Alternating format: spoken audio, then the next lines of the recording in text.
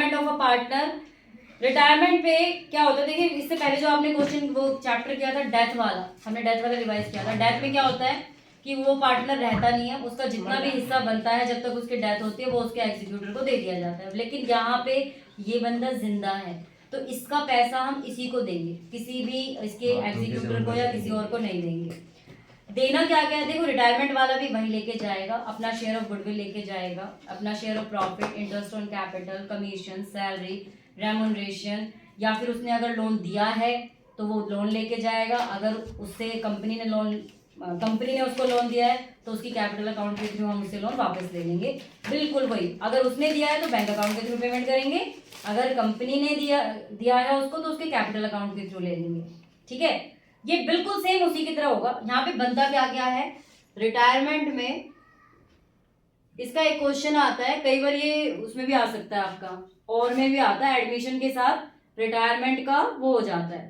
अब कुछ बच्चे क्या करते हैं, या तो फिर रिटायरमेंट करेंगे या एडमिशन करेंगे, लेकिन कई बार क्या होता है वो देते नहीं है, रिटायरमेंट और डेथ में चॉइस दे देते हैं और एडमिशन का क्वेश्चन अलग दे देते हैं, तो इसलिए हमें पता नहीं है।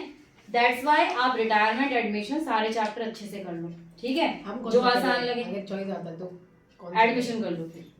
अगर डेथ और रिटायरमेंट, डेथ और रिटायरमेंट में आता है तो डेथ वाला करो, क्योंकि वहां कम बनाना पड़ता है। एग्जीक्यूटर लोन का आता भी है तो वो कोई इतना ज्यादा मुश्किल होता नहीं है, ठीक है। तो रिटायरमेंट में अब बंदा जो चला गया, सबसे पहले आपका न्यू प्रॉफिट शेयरिंग रेशियो क्या होगा, जो बंदा जा रहा है ए बी सी, 3 पार्टनर है, 3 2 1, मान लीजिए सी रिटायर हो रहा है तो आपका ये वाला क्या बन जाएगा, न्यू रेशियो बन जाएगा, ठीक है। Gaining ratio same to same आपको निकालनी है, न्यू माइनस ओल्ड करके, new minus old ratio. New ratio यहाँ पे एक और चीज, एक फॉर्मूला भी दिया हुआ है आपको न्यू प्रॉफिट शेयरिंग रेशियो का, एनपीएसआर का, old ratio plus profit acquire by old partner. New partner जो न्यू के है, मैं रिटायरिंग पार्टनर का कभी कभी क्या होता है, जैसे इसका शेयर क्या है 1/6 है, कभी कभी ऐसी एडजस्टमेंट दे दी जाती है कि इसका 1/6 शेयर ये दोनों आपस में 2:1 में बांट रहे हैं या हाफ बांट रहे हैं, तो ये दोनों उसको एक्वायर कर रहे हैं, तो ऐसे टाइम पे आपको न्यू रेशियो ऐसे निकालनी पड़ेगी। अगर कोई चीज नहीं दे रखी है तो फिर आपका जो बचा हुआ है वही न्यू शेयर है। बात समझ में आ गई, ठीक है। गेनिंग रेशियो निकाल लोगे, गुडविल को गेनिंग रेशियो में ही बांटना है। भाई ये बंदा जा रहा है, ये अपना गुडविल छोड़ के थोड़ा जाएगा, भाई इसने भी तो नाम बनाए है ना, तो ये लेके जाएगा, किससे लेके जाएगा, इन दोनों पार्टनर से। गुडविल एडजस्टमेंट जो होती है, एडजस्टमेंट एंट्री जो गुडविल की होती है वो जैसी एडमिशन में होती है वैसी ही यहाँ पे भी होती है। क्या होती है, gaining partner debit, gain partner debit to retiring, ठीक है। क्या हो, अगर कोई एक पार्टनर गेन की जगह सैक्रिफाइस कर रहा हो तो 3 पार्टनर है, मान लीजिए यहाँ पे ए क्या कर रहा है, गेन कर रहा है, बी क्या कर रहा है, सैक्रिफाइस कर रहा है, और ये तो जा ही रहा है तो ये भी सैक्रिफाइस कर रहा है। सैक्रिफाइस पार्टनर हमेशा क्रेडिट होता है, ध्यान रख लीजिएगा। लेकिन ऐसे टाइम पे रेशियो से मत निकालना, फ्रैक्शन से निकालना, टोटल गुडविल जो होगी फर्म की। मैं फिर बता रही हूँ, अगर कोई पार्ट, देखो नॉर्मल सैक्रिफाइस रेशियो से होगा, मान लीजिए सैक्रिफाइस रेशियो 3:2 है तो आप 3/5, 2/5 और इसको दे देंगे उसका हिस्सा, उसका शेयर गुडविल में से।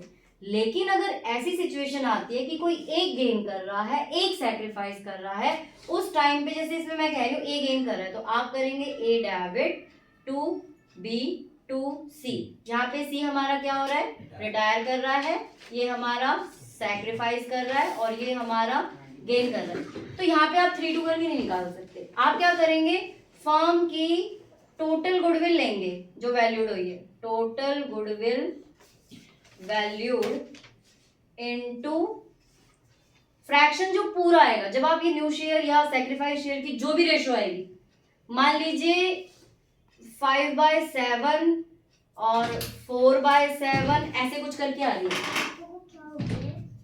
क्या कर रही है, क्या हो गया, ये क्या है, अच्छा पापा का सम्मान समारोह था ना, वहाँ पे जाते हैं तो भी होती है, आते हैं फूल माला पहनाई थी, फिर तो फोटो भी होंगी। तो जो आपकी ये पूरी रेशो आएगी ना, जैसे कई बार होता है ना 12/30 आती है या 10/30 आती है, तो आप फर्म की गुडविल से उसका पूरा फ्रैक्शन का निकालेंगे। तो डायरेक्ट अमाउंट भाई आप पहले क्या करते थे, 4 ये ले लेते थे। हाँ। जब आप इस बंदे की शेयर से निकालते थे, पहले क्या करते थे, गुडविल ली, इस बंदे का जो 1/6 है वो निकाला, फिर उसको 5:4 में बांट दिया, 5/9 4/9, यही करते आए हो अभी तक। लेकिन सिचुएशन ये मुश्किल से कोई एक क्वेश्चन होता है, ज्यादा क्वेश्चन है नहीं इसके, लेकिन अगर ऐसा आ जाए तब आपको ऐसे करना है, 5/7 और 4/7 ही निकालना है, वो भी फर्म की टोटल गुडविल वैल्यू से। एक तो इसमें ये फर्क है, ये इसमें क्या है, ये हर एक चैप्टर में है। अगर अपोजिट आता है, नॉर्मली उसमें क्या है, सारे बंदे सैक्रिफाइस करते हैं एडमिशन में, लेकिन कोई एक बंदा गेन कर जाए तो फिर टोटल गुडविल जो एडजस्ट होएगी, जो वैल्यूड होएगी, वो पूरी गुडविल से पूरा फ्रैक्शन लेना है, ऊपर ऊपर का नहीं लेना। ठीक है, नहीं समझ आया? नहीं आया? क्या एग्जांपल दे दो एक किसका? 10,000 से एग्जाम्पल तो ढूंढने में टाइम लगेगा। आपने तो बोला ऐसा फिर मेरे ऐसा एग्जाम्पल बनाना पड़ेगा जिसमें एक बंदा गेन एक सैक्रिफाइस। नेक्स्ट क्लास में एक एग्जाम्पल वैसे बता दूंगी, ठीक है? आपने मुझे लास्ट क्लास में बोला समझ गया। मैं यूँ कह रही हूँ, आपको सिर्फ ये ध्यान देना है कि अगर गेन, वैसे नॉर्मली गेनिंग टू रिटायरिंग होता है, लेकिन अगर एग्जिस्टिंग बंदा, कोई भी एग्जिस्टिंग पार्टनर गेन की जगह सैक्रिफाइस कर रहा है, तो ऐसे में क्या होगा, सिर्फ एक ही बंदा गेन कर रहा है, वो बंदा जो गेन कर रहा है वो दोनों सैक्रिफाइस और रिटायरिंग दोनों को पैसे देगा। ठीक है, ऐसे टाइम पे जो इनका शेयर ऑफ गुडविल, जो अमाउंट निकालते हो ना, वो रिटायरिंग वाले के शेयर से नहीं निकालना है, फर्म की टोटल गुडविल जो वैल्यूड हुई है उससे निकालना है। बस इतना ध्यान रखना है और पूरी फ्रैक्शन लेना है। नहीं समझे? एक मिनट मैं बता रही हूँ, चलो आज ये वाला ही थोड़ा सा क्लियर कर देते हैं, ठीक है? मान लीजिए फर्म की गुडविल जो वैल्यूड हुई है, फर्म गुडविल वैल्यूड 40,000, ठीक है? रेशो वही ले लेते हैं, ABC 3:1।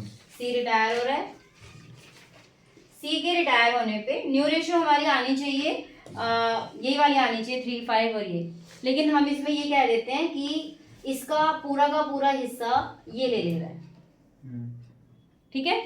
पूरा का पूरा हिस्सा ये ले रहा है, मतलब ए ले रहा है। तो ऐसी सिचुएशन में न्यू रेशो क्या होगी, इसका शेयर क्या हो जाएगा, 3/6 प्लस 1/6। पर यहाँ तो कर नहीं रहा ना वो गेम, अरे ये लो ना, क्वेश्चन लो। है ऐसा क्वेश्चन, ऐसा ढूंढ तो दिया। ओ बहुत बढ़िया, ऐसे पता है एग्जाम्पल बनाने में ही दिक्कत है। ABC वही मान लेते हैं, 3:1 है, और अच्छा न्यू रेशो गिवन है, ये लो इसमें सही है, ये ओल्ड रेशो है, और न्यू रेशो कौन इसमें जा रहा है, शांति शांति शांति, सुशांत जा रहा है, सी जा रहा है, वही है, सी रिटायर हो रहा है, सी रिटायर हो रहा है। ए और बी का न्यू रेशो दिया हुआ है 1:2। तो आप जो गेनिंग रेशो निकालेंगे वो कैसे निकालेंगे, 1/3 माइनस 3/6, तो आपका इसका हो जाएगा 2 - 3 माइनस 1/6, और बी का हो जाएगा, ये तो ए का था, बी का हो जाएगा 2/3 माइनस 2/6, तो ये हो गया 6, 4 - 2 2/6। अब इसमें मेरे को ये बताओ कौन गेन कर रहा है, कौन सैक्रिफाइस गेन कर रहा है। इसमें उल्टा होता है, जब आप न्यू माइनस ओल्ड करते हो ना, तो ये वो वाला एडमिशन की तरह नहीं होता है, ये सैक्रिफाइस कर रहा है और ये गेन कर रहा है। भाई इसका देखो ना, अच्छा न्यू माइनस ओल्ड किया। हाँ ठीक है, जब आप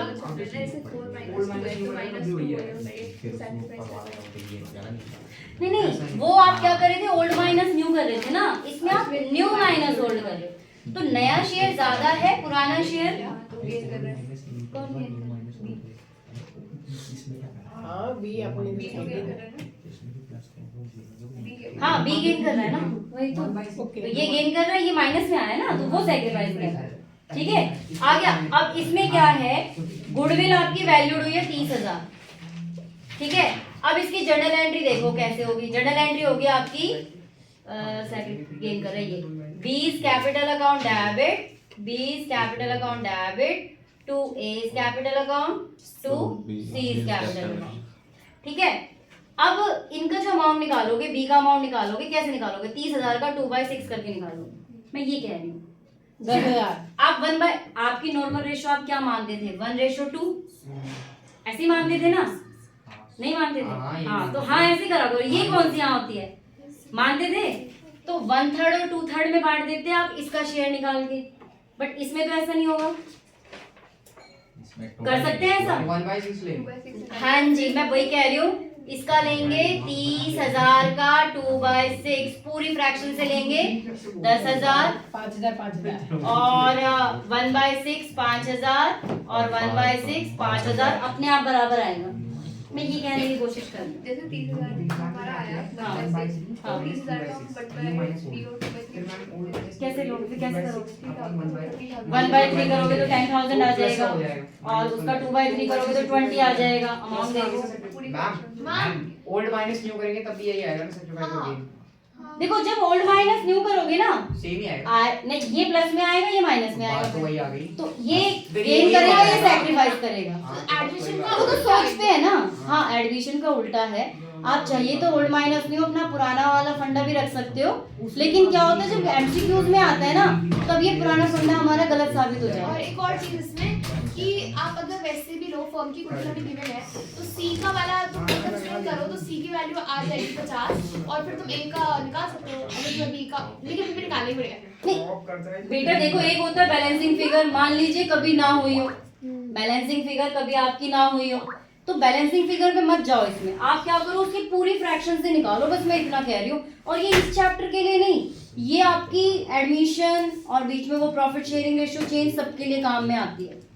जहाँ पे नॉर्मली आपका होता है ना गेन टू रिटायरिंग या गेनिंग टू सैक्रिफाइस, लेकिन उसमें कोई एक बंदा अपोजिट रिएक्ट कर रहा है, तो आपको ऐसे ही करना है। ठीक है, इसके अलावा रिवैल्यूएशन अकाउंट बनेगा। इसमें रिवैल्यूएशन मेरे ख्याल से आता है सब लोगों को। प्रॉफिट हो रहा हो रिवैल्यूड होने पे तो क्रेडिट में डालिए, लॉस हो रहा है तो डेबिट में डालिए। इसकी एक क्लास और लगेगी, टेस्ट में डिले करना पड़ेगा। इस्लाम लो वेडनेसडे की क्लास में इसका मैं आगे करवाऊंगी। ठीक है, धन्यवाद आपका। अबे फ्राइडे को टेस्ट कर लो ना। नहीं पूरा बताने जना। हाँ,